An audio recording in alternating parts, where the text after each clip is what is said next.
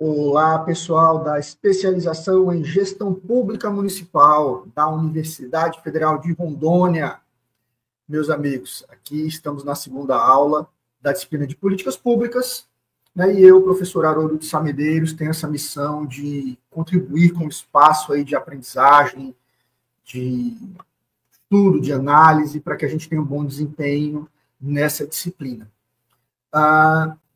Na segunda-feira, especificamente no dia 15, nós tratamos do conceito de políticas públicas e características relacionadas a esse conceito, né? E hoje nós vamos trabalhar com os atores em políticas públicas, tá? Então, essa aula está gravada no YouTube, muito provavelmente a equipe é capitaneada pela Dark, pelo professor Vander, né? Eles vão retirar do YouTube, vão fazer o download dessa aula e vão disponibilizar para vocês na sala do professor, né, aquela relacionada à disciplina, para que vocês tenham acesso tanto pelo YouTube como pelo nosso sistema, né, que a Unir nos disponibiliza, tá bom? Então, é isso. Qualquer dúvida, entre em contato comigo, pelo meu e-mail, né, você já tem esse e-mail disponível, também disponível, vou mostrar aqui no final da aula, mas também com a equipe aí de tutores e equipe técnica ou a coordenação do professor Vander, tá bom?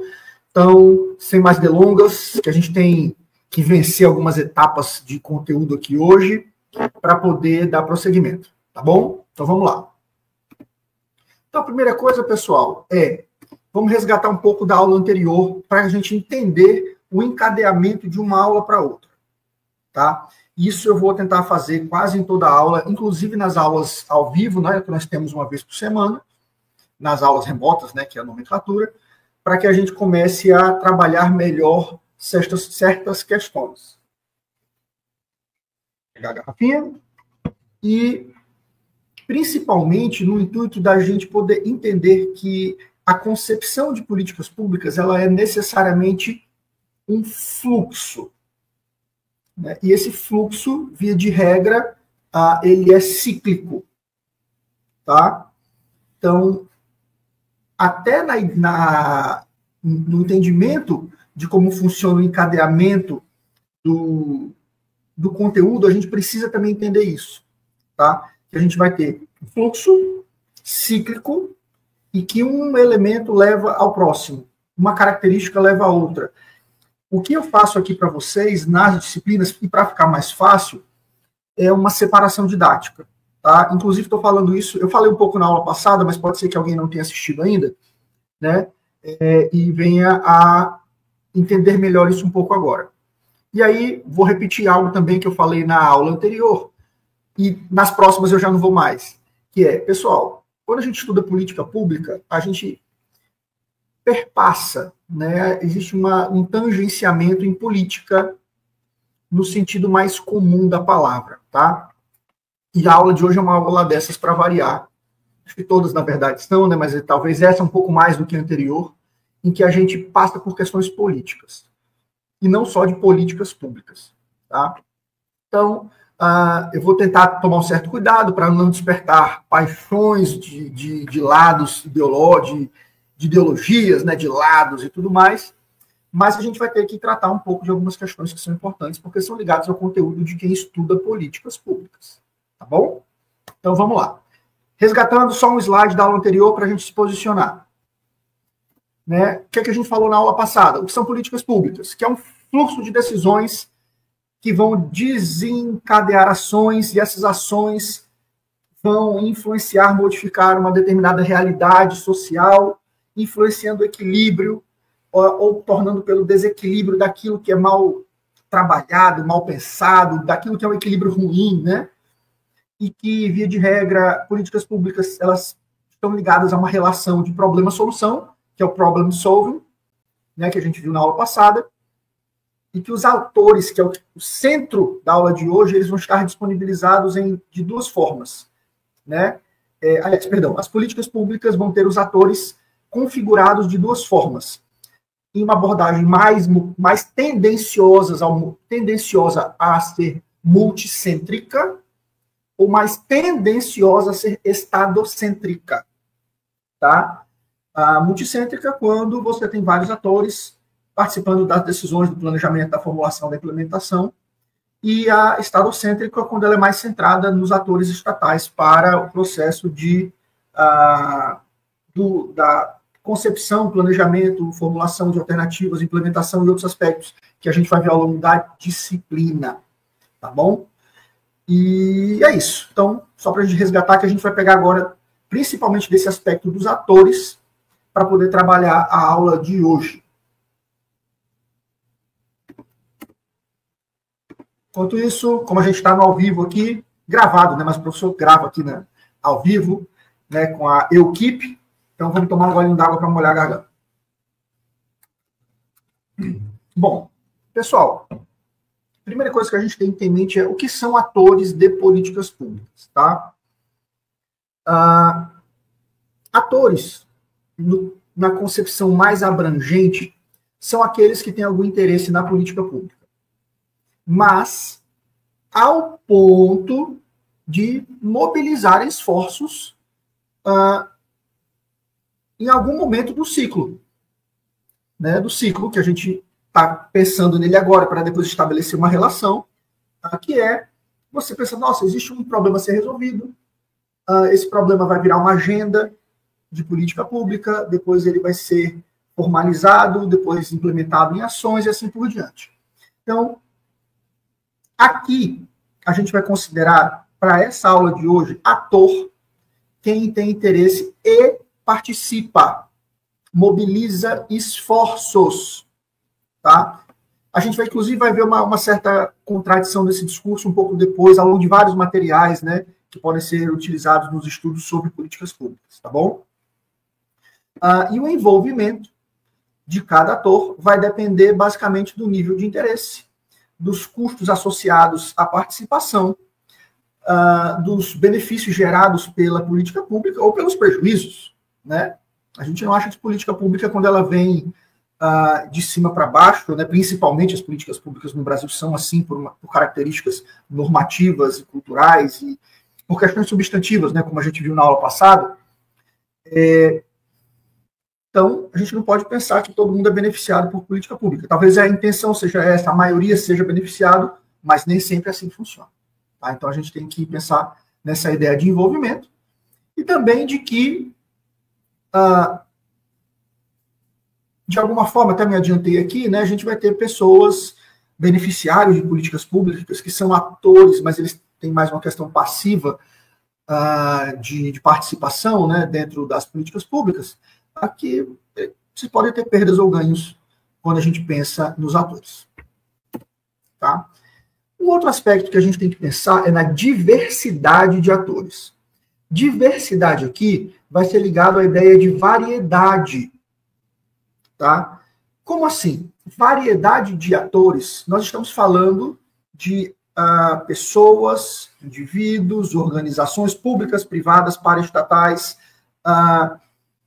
coletivos não formalizados e uma série de formas de que esses atores podem se envolver pela representatividade ou pelo poder de representação que eles têm. Tá? E eu trouxe aqui um exemplo, né, que, por exemplo, na segurança pública a gente tem juízas, juízes, defensores, agentes públicos de uma forma geral, né, trabalhadores, trabalhadoras específicos da segurança pública, inclusive representantes da associação, tá? Advogados e outros membros de associações que não são ligados diretamente não são servidores públicos, né, propriamente ditos, efetivos, como a gente costuma dizer, polícias, grupos de direitos humanos, apenados, famílias de apenados, né? Então a gente tem essa diversidade no sentido de variedade, justamente que você pode ter em diversos níveis, em diversas categorias, interessados em alguma política pública. Tá? E eu trouxe aqui um outro exemplo, acho que esse aqui, se eu não me engano, está até no material, que é, por exemplo, políticas da área de saúde. Você tem os profissionais, mas você tem também os centros de pesquisa, né, que são indiretamente ligados aí aos centros de saúde, indústrias relacionadas à saúde, empresas, né, que comercializam serviços de saúde, associações de pessoas com determinadas patologias, com determinadas deficiências. Então, é muito amplo quando a gente pensa nessa ideia de diversidade pelo aspecto da variedade de atores, tá bom? A gente não pode estar restrito à ideia de que só pessoas que participam diretamente do poder público, como servidores públicos ou políticos eletivos, ou a gente vai ver isso também um pouco daqui nos próximos slides, só que, assim, não pode pensar que só esse grupo participa. Na verdade, vai muito além disso, ok? E aí eu preparei aqui umas perguntas que talvez vocês me tenham interesse em fazer para mim, né? Ligados aqui, por exemplo, a esse primeiro, que é a diversidade de atores. Uma pergunta, isso está no meu computador aqui do lado, vocês podem ver.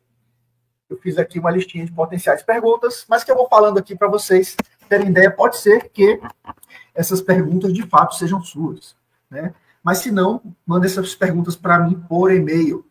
Primeira é, em conselhos municipais, fóruns de participação, como diferenciar quando um conflito entre atores ele é produtivo ou não, ou é improdutivo, tá?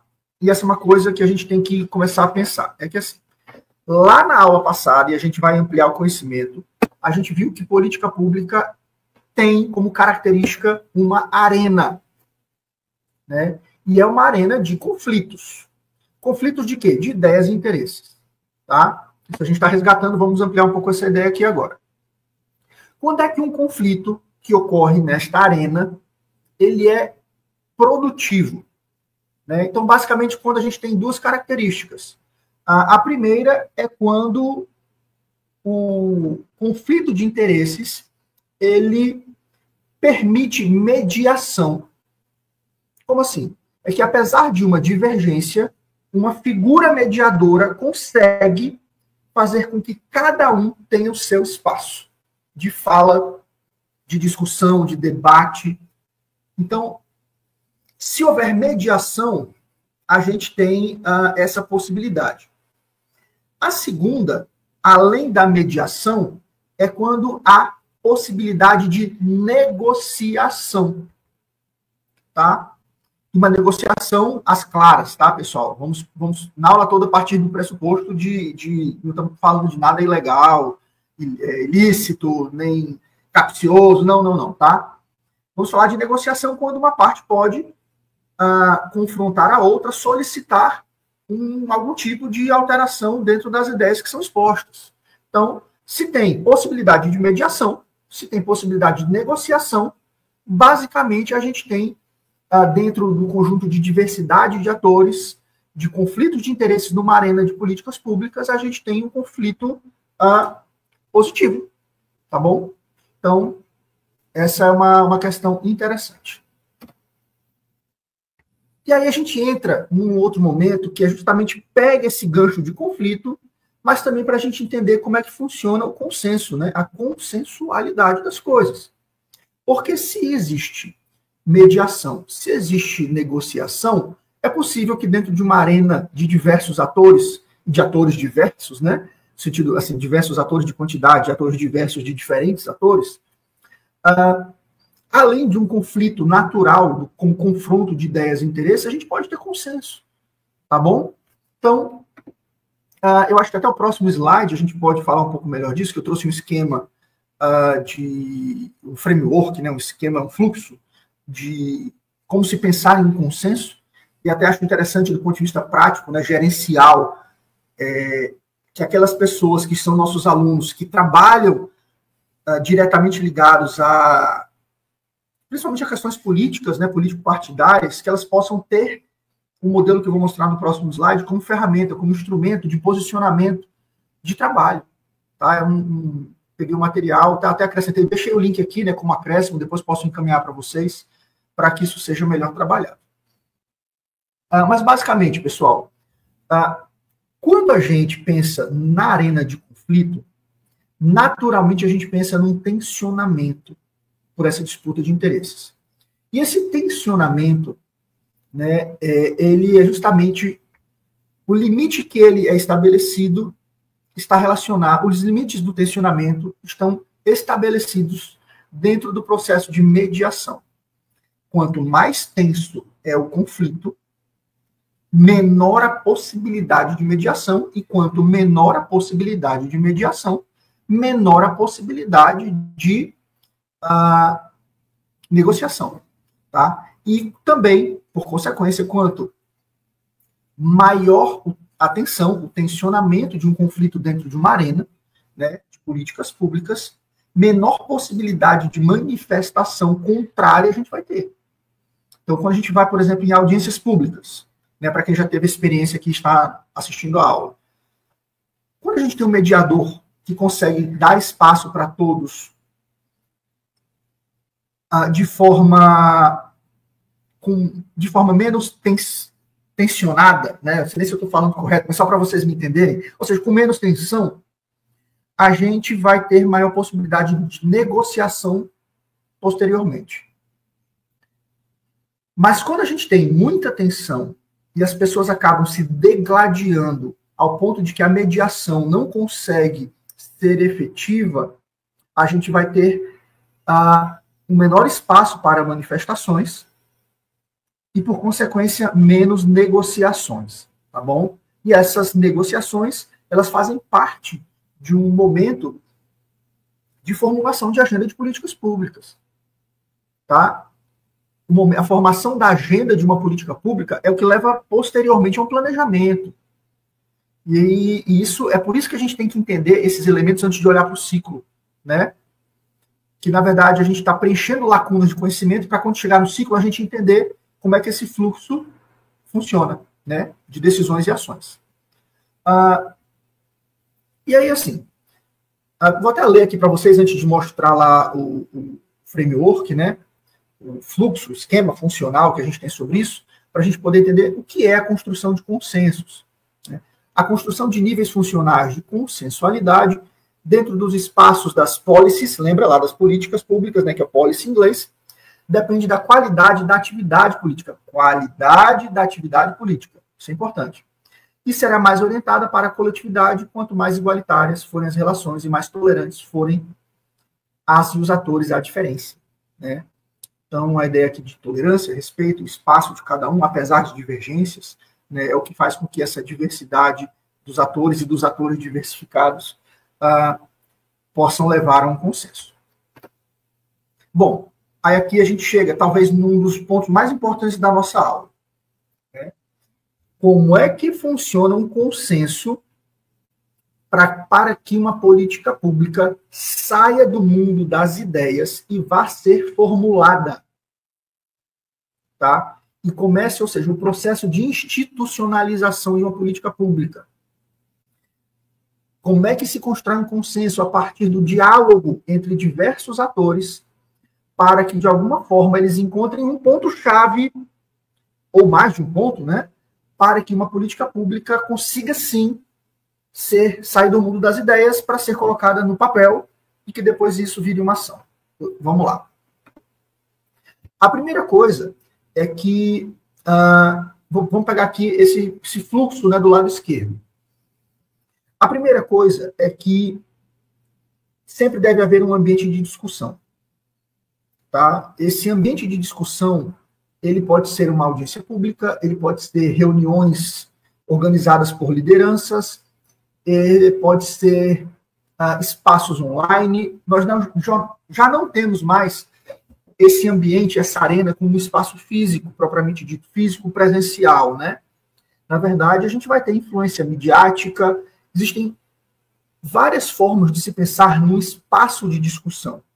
E nesse espaço de discussão é que a gente sempre vai ter as preocupações de cada ator, de cada grupo, de cada representação sobre alguma coisa. Só que é importante que a mediação desse processo, ela não fique só na identificação de preocupações, de problemas, mas consiga levar isso a um ambiente de proposta. Porque a política pública, ela tem por natureza ser um problem solving, ou seja, né, uma resolução de problema. Se todo mundo só fala das dores, a gente não vai ter como entender o tratamento. Só uma metáfora, tá? Então, nesse sentido, a mediação diante de um ambiente de discussão, ela é super importante para fazer com que as pessoas que têm voz, os grupos que têm voz na formulação de uma agenda de política pública, possam, além de falar das preocupações, colocar as suas propostas. E aí, depois que propostas são colocadas, se verificam as convergências de propostas e se faz o que a gente chama do teste de consenso. O que é esse teste? É você perguntar para os atores ali envolvidos, falar, entramos em um consenso? Se o consenso for não, a gente volta às preocupações levantadas, a uma nova discussão e uma nova rodada de propostas. Tá? Isso é importantíssimo a gente pensar. Se o teste de consenso for positivo, a gente vai para uma verificação do consenso alcançado. É como se você falasse, nossa, entramos no consenso, e pergunta depois, tá tudo certo com essa ideia? O consenso realmente é esse? E aí, então, caso não exista o consenso do consenso, vamos dizer assim, né?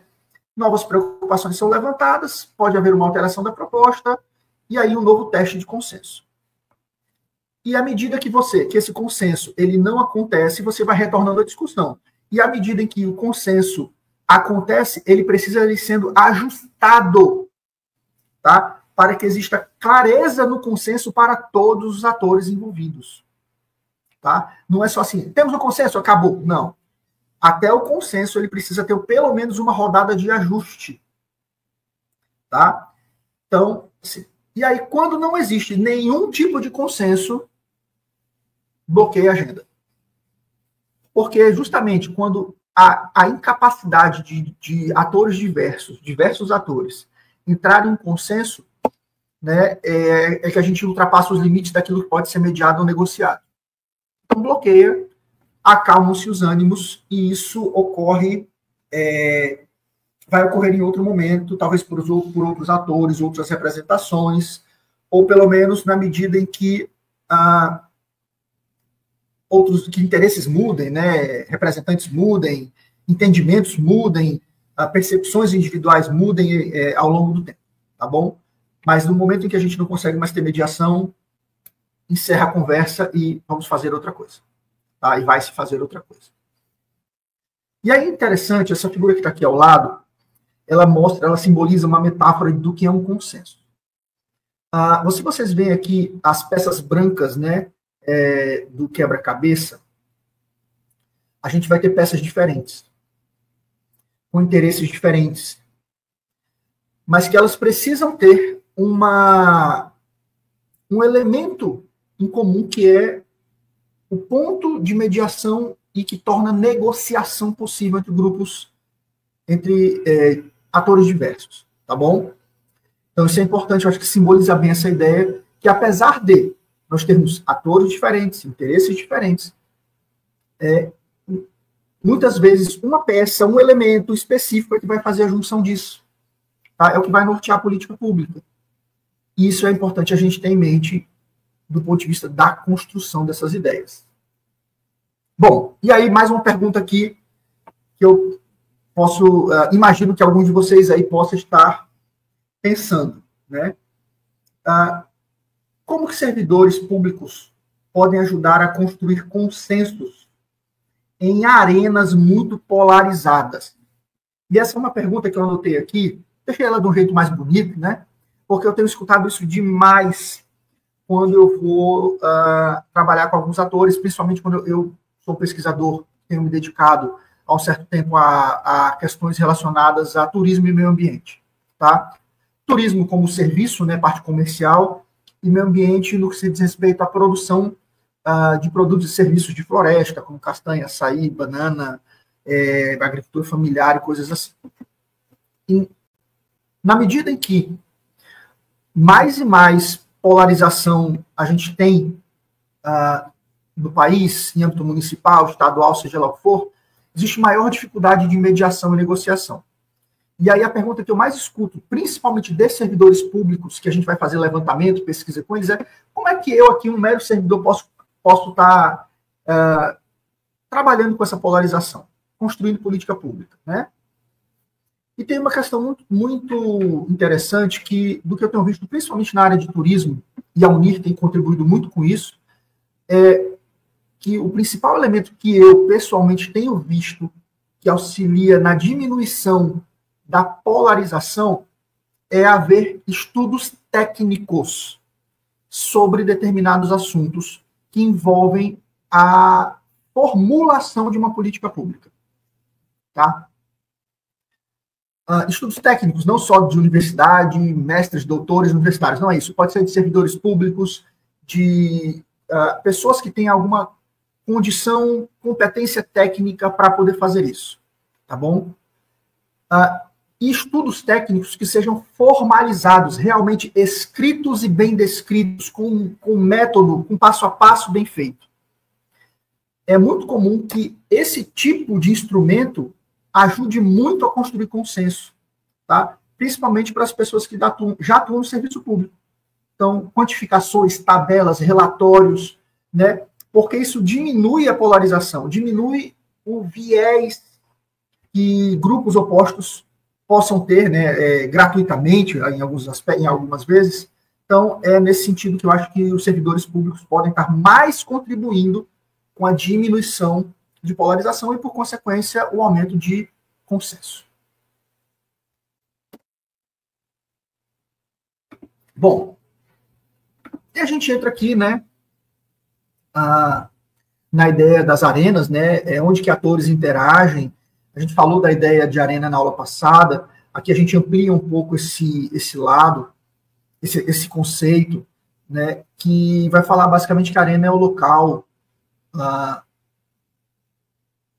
onde interagem, né, os espaços que interagem os atores. A gente já não está falando mais no espaço físico, mas a gente pode estar ter espaços online, espaços midiáticos, debates de instrumentos de mídias sociais completamente diferentes que acontecem.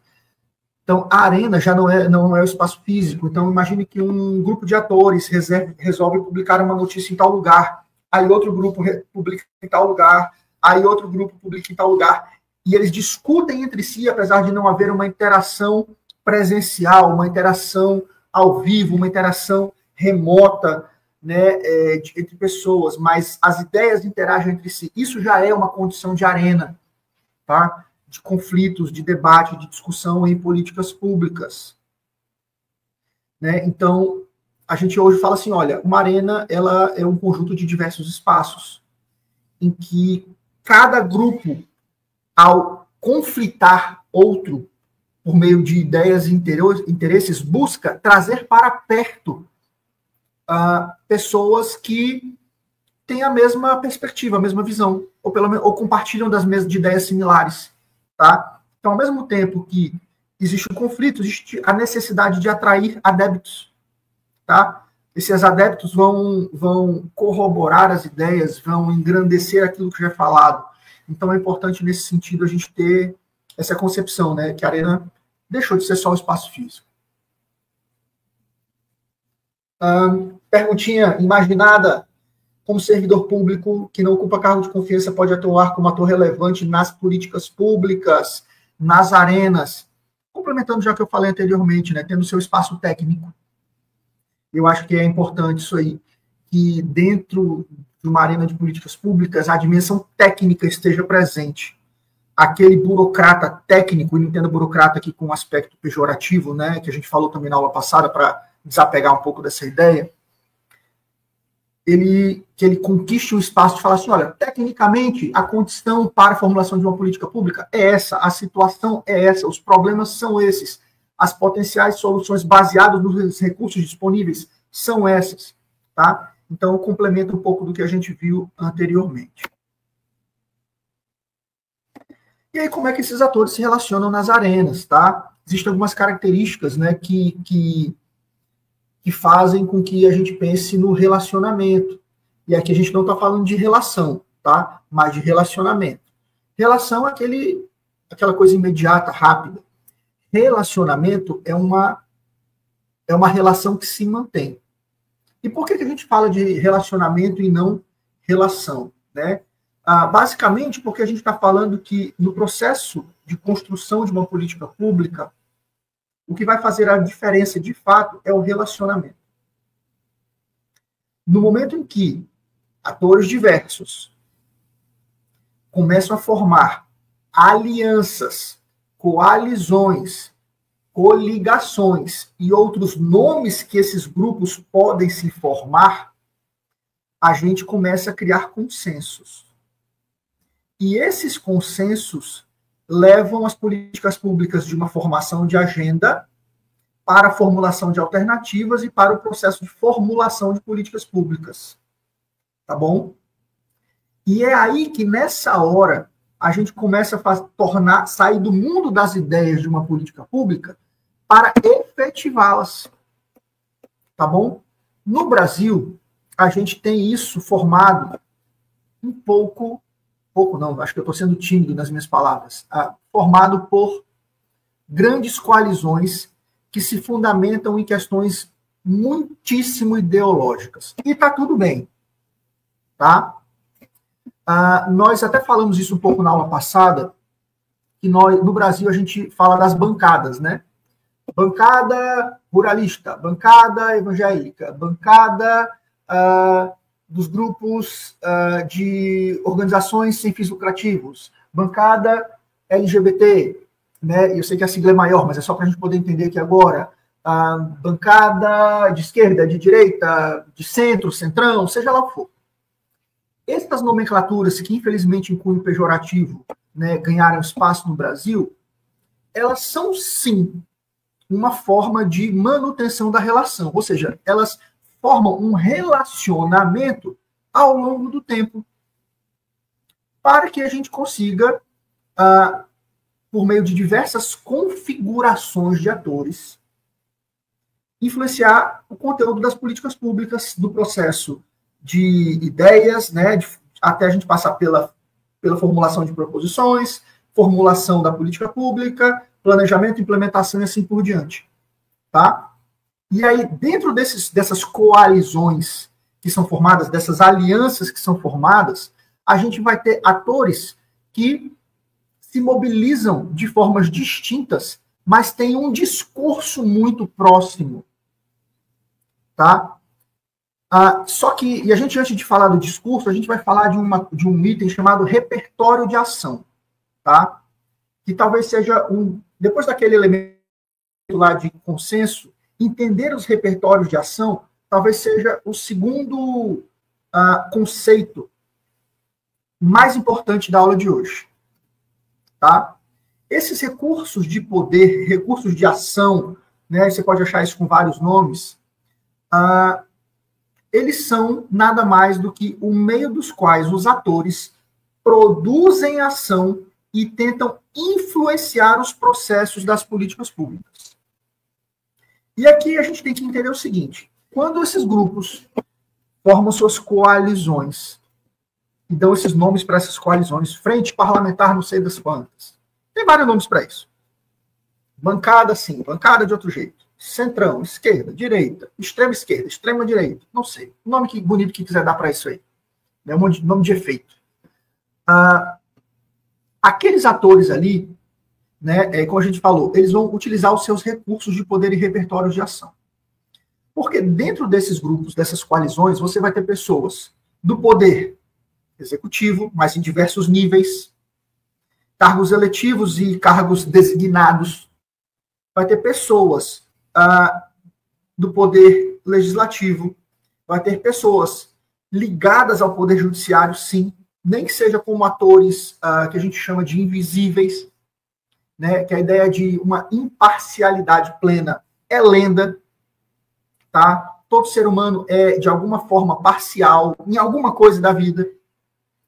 Então, como é que esses atores que formam coalizões tentam influenciar os próprios coligados e outros que possam vir a ter ideias similares? Pronto. Eu acho que a pergunta-chave aqui, né, das perguntas que vocês podem me fazer. Então, eles vão influenciar seus coligados e aqueles que têm interesse por meio de dois tipos de recursos. São os recursos de poder subjetivos e os recursos de poder objetivos. Os recursos subjetivos, eles tendem a ser intangíveis e não quantificáveis. Como assim? Você não consegue contar esses recursos, você não consegue pegar nesses recursos, mas eles existem. Por exemplo, a posição de um determinado político. A autoridade formal de algum representante, né? A liderança de alguém que às vezes não participa efetivamente do setor público, mas tem um cargo de liderança frente a uma organização não governamental, uma organização da sociedade civil, um cargo de destaque pela questão técnica, né? A pessoa tem tanto conhecimento que ela é líder naquilo, tá? Ela tem experiência, trabalha tantos anos naquilo que ela é autoridade para falar nisso, uma autoridade informal, mas ainda assim uma autoridade, tá? Então, esses elementos são os subjetivos. Só que a gente vai ter também os elementos objetivos, que são aqueles que tendem a ser tangíveis ou quantificáveis. Você pode dizer assim, ó, eu tenho tanto de recurso. Recurso financeiro, por exemplo. Então, uma emenda parlamentar que fala assim, olha, se essa política pública for para frente, eu boto tantos milhões de reais aí para ela, para poder andar esse projeto, esse programa, esse plano. Então você quantificou, ou ainda, tangível, né? Olha, a gente dispõe de uma infraestrutura física palpável já existente para poder colocar tal política pública em ação. Ou ainda, para o quantificável, quantidade de votos, quando a gente já está nos estágios de deliberação, de decisão, né, que cabe voto, por exemplo, para a elaboração de uma lei que vai nortear uma política pública. Então, os atores, eles vão dispondo desses recursos para poder negociar e impor suas ideias. Tá? É isso que a gente tem que ter em mente. E cada ator, dentro daquilo que pode e consegue fazer, vai colocando na mesa esses recursos para negociar. Tá? Isso é inerente em qualquer lugar do mundo.